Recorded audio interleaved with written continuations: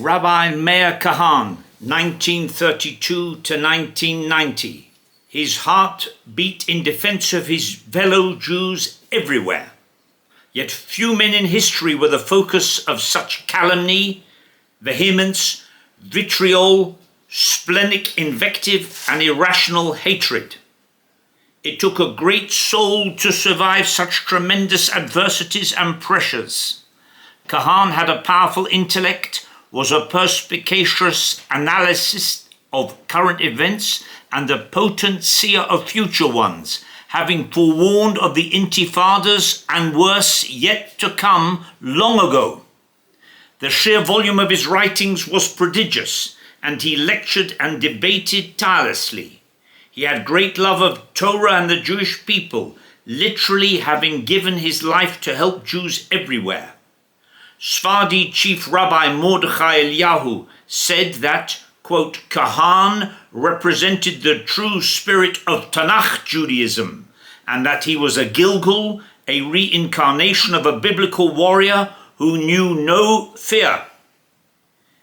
Kahane's eviction from the 1988 election process on grounds of gazanut, racism in inverted commas, and the attempts to try him for sedition were nothing but crass politics and a dread of seeing Kahane in the Knesset with 12 seats.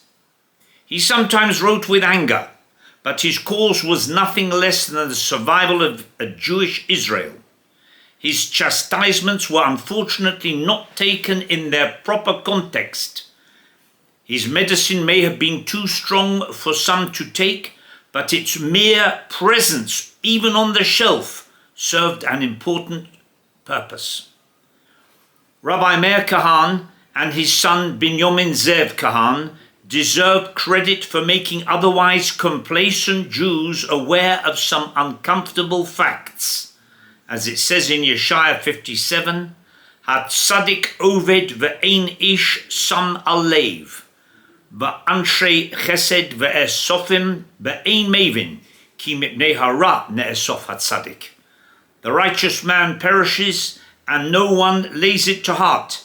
Devout men are taken away, and no one understands that the tzaddik, the righteous, are taken away from the evil that is yet to come.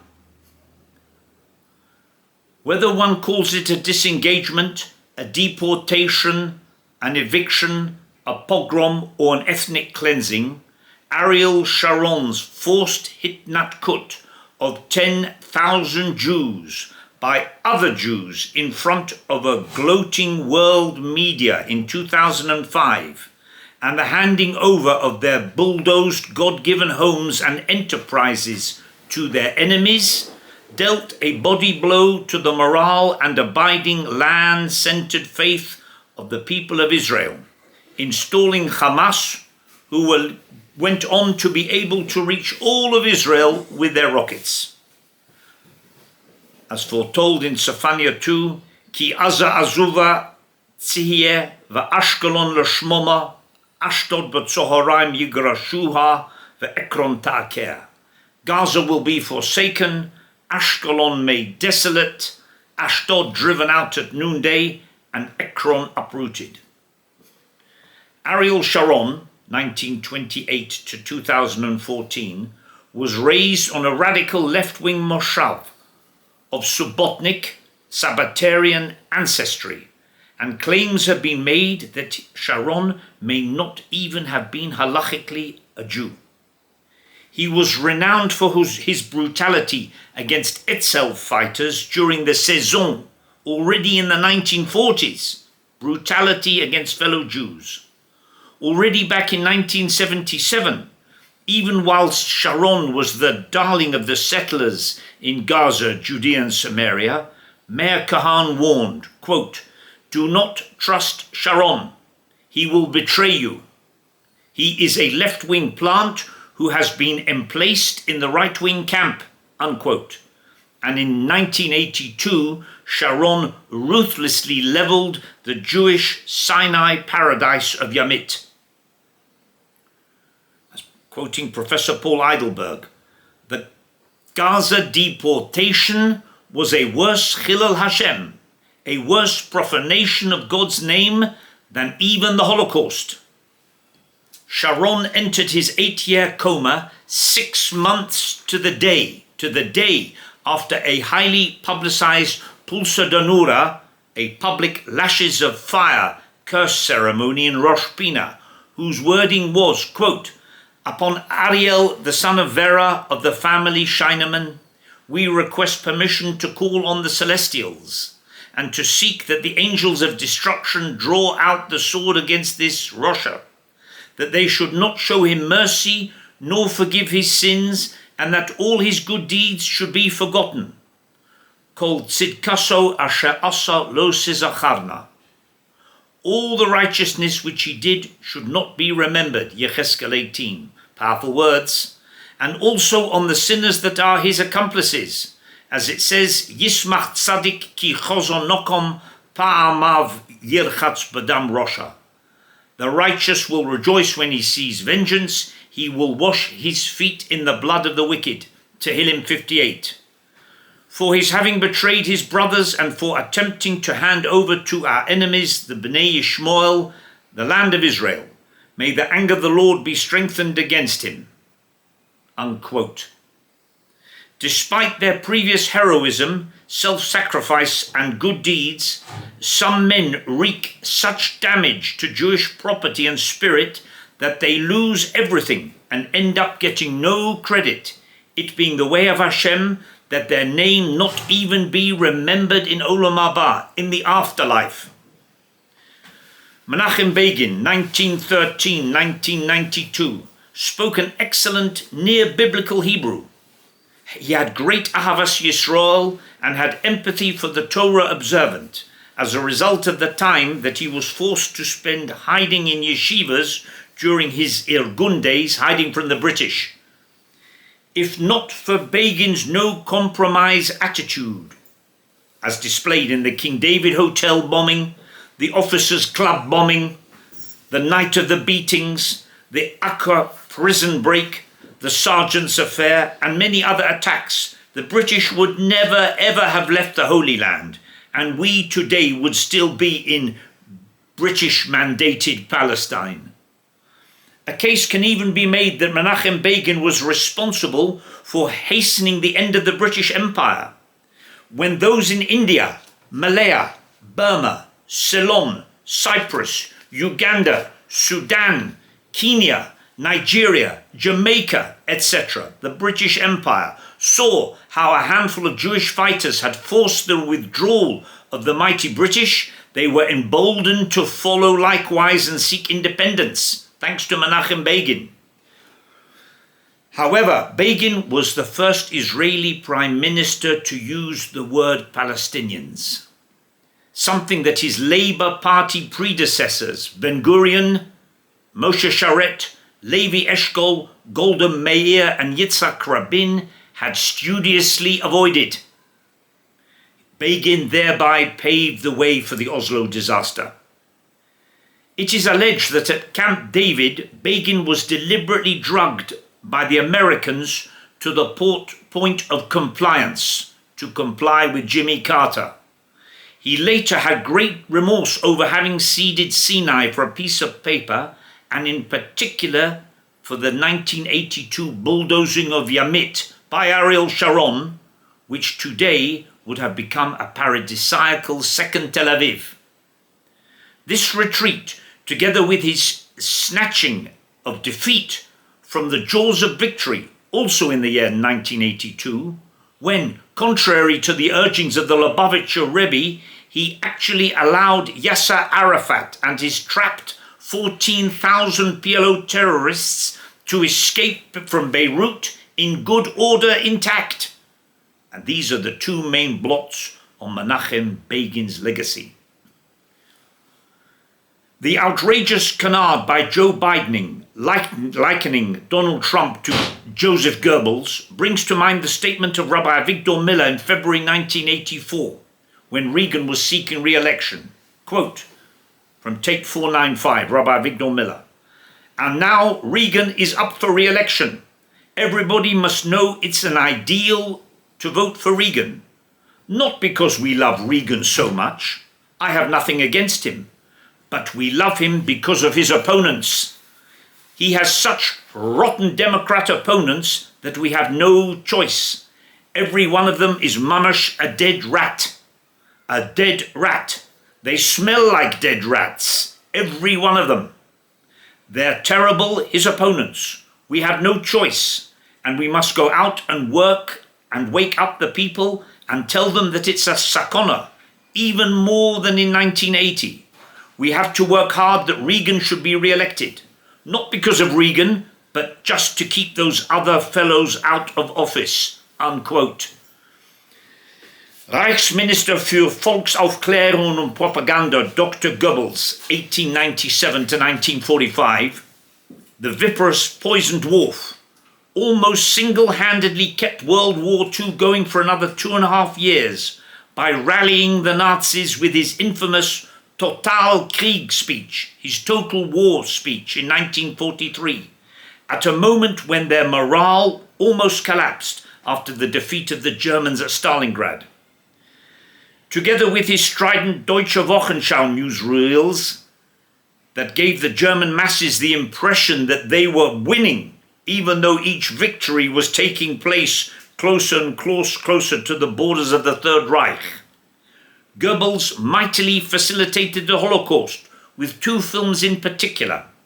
His wicked Der ewige Jude, The Eternal Jew, which is the most scandalously racist film ever made.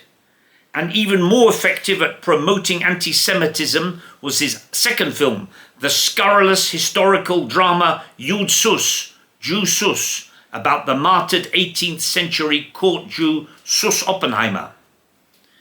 Ish loshon bal yikon ba'aretz. Hashem, do not establish the man of evil tongue in the land. Tehillim 140. For brazenly beseeching the deity to assist him in his machinations against us, cynically referring to Jews as unser Mishpocha, our family. Goebbels, together with Hitler, is even now being appropriately punished. As it says in the Midrash, the praises of Hashem rising from those in Gehenna surpass the praises of those basking in Gan Eden. Adolf Eichmann, 1906 to 1962, recited the Shema Yisrael in Hebrew when he was captured in Argentina. Israeli jailers were amazed how Eichmann recited brochas in Hebrew whilst in prison.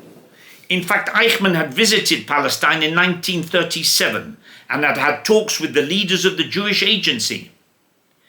In 1952, Rudolf Kastner, a high-ranking Labour Party official, was accused by journalist Malchiel Greenwald of having worked hand-in-hand with Eichmann to murder 800,000 Hungarian Jews, while saving his own family and several hundred associates, and the Budapest Jewish Council. Eichmann even had Kastner dressed in an SS uniform and took him to Belsen to rescue his friends. When Yoel Brandt informed Israel's future Prime Minister Moshe Sharet that Eichmann was offering to release all of Hungary's Jews in exchange for 700 trucks, that's almost 1 million Jews in exchange for 700 lorries, Sharet immediately had him arrested by the British in Aleppo, and nothing came of a glorious rescue opportunity. Nothing. The sordid details implicating the Labour Party leadership and others came out in the 1955 Kastner trial. Kastner's own assassination in Tel Aviv in 1957 was very suspicious, as was the disappearance of the man who did more than anyone to try and save Hungarian Jewry, the Swede Raoul Wallenberg. In 75 years, despite hundreds of Nazi murderers to choose from, the only one who was ever hunted down by the Israelis, the only one, Adolf Eichmann. And it is claimed, why? Because he knew too much about the Jewish establishment's negligence in the murder of Hungary's 800,000 Jews. For more on this, see the books Perfidy by the famous American playwright Ben Hecht and Shabtai Tzvi, Labor Zionism and the Holocaust by Barry Chamish, 2004. On the vexed question of whether the Allies could have bombed Auschwitz, the rumours of death camps received in late 1943 and early 1944 were enough to order the Royal Air Force, the RAF, reconnaissance flights. They wanted to check it out. There were 5 aerial photography missions flown between early April and November 1944. The first flight was before the flood of Hungarian Jews arrived as part of SS operations to eliminate that country's Jewry commanded by Adolf Eichmann. This mission photographed a new rail spur that, unknown to the photo interpreters, was part of the upgrade of Birkenau's facilities to handle the influx of Hungarian Jews. The next mission was flown on June the 26th, near the end of the first phase of the German deportations, by which time many of the Hungarian Jews had already passed through the gas chambers. Lo aleinu. It was feasible that the Allies could have carried out a precision bombing raid to cut the rail link or to destroy the gas chambers, which had been pinpointed. Instead, the Allies chose to raid the IG Farben-Buna rubber plant at Auschwitz-Monowitz because they viewed it as a more viable target. Such was the German commitment to Judenschlag that, as Eichmann testified, if one set of tracks had been bombed, the trains would go on a different set, albeit more roundabout. The trains would find a way through. That was the Nazi commitment to Judenschlag.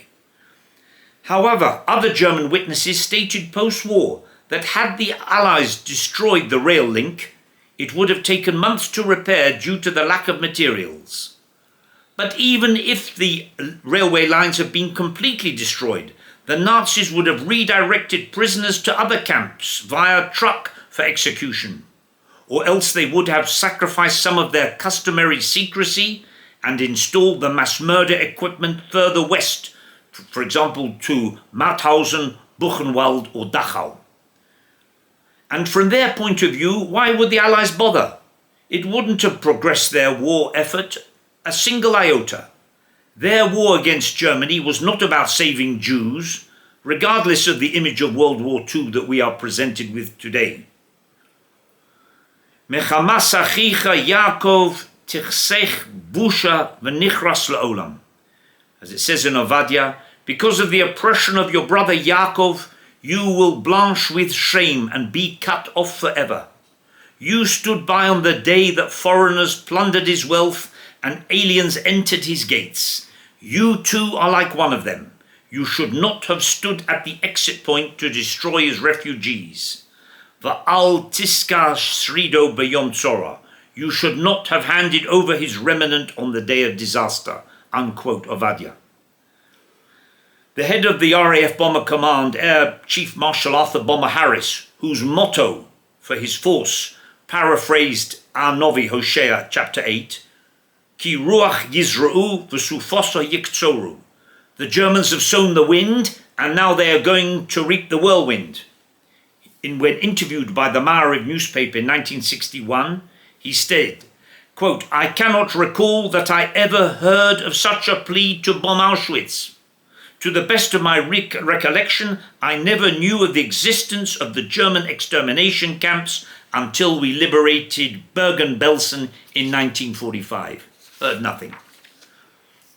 In 1935, Heinrich Himmler, 1900 to 1945, founded the Deutsche Ahnenerbe, the German Ancestral Heritage Organization, in an attempt to create a new religion by reviving unorthodox cosmologies, occult science, pagan beliefs, and magical principles in music, symbology, geomancy, architectural design, claiming to derive from the era of the pyramids, Stonehenge, and ancient Tibet.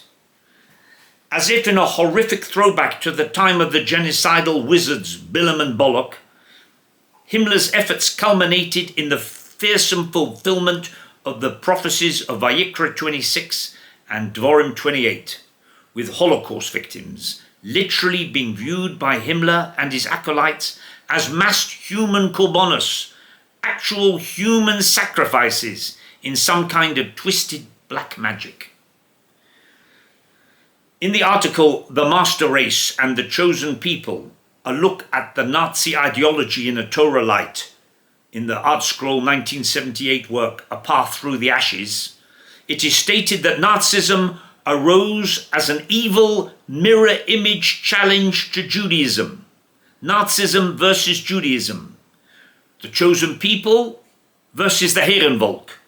The Holy Land versus the Fatherland.